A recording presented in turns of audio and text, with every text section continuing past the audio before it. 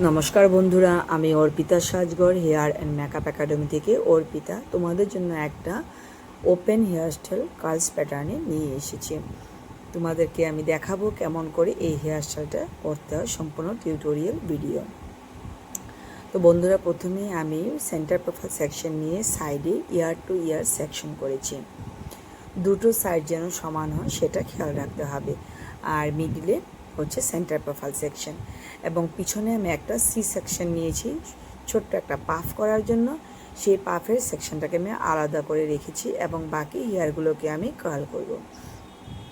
বন্ধুরা, curl pattern করতে গেলে দেখবে ডান দিক আর বাঁ দিকে আমরা আলাদা আলাদা প্রসেসে করছি।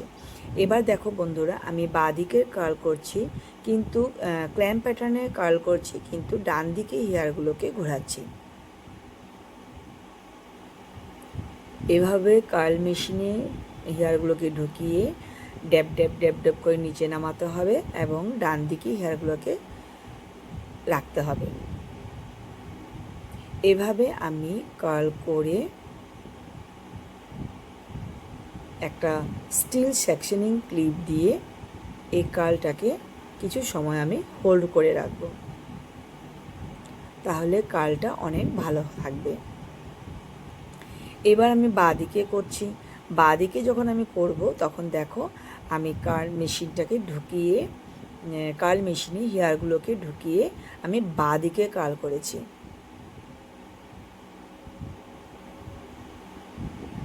এইভাবেই আমি প্রত্যেকটা সেকশন করে নিয়েছি। তারপর আমি প্রত্যেকটা নিচের থেকে সেকশনগুলোকে খুলব আর একটু একটু করে পুলিং করব, যাতে দেখতে মেসি লুক মনে হয়।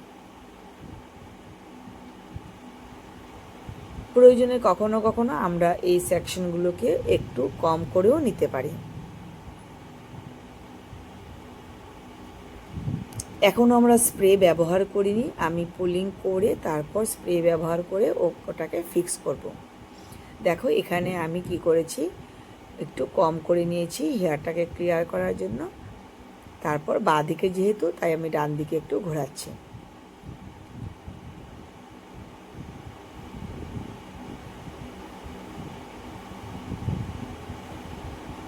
আর পিছনের সাইডটাকে আমি একটা গোলাপ বানিয়েছি। তোমাদের যাদের যাদের গোলাপ শিখতে হবে তারা অবশ্যই কমেন্ট করে বলবে, আমি গোলাপ বানানো তোমাদেরকে শেখাবো।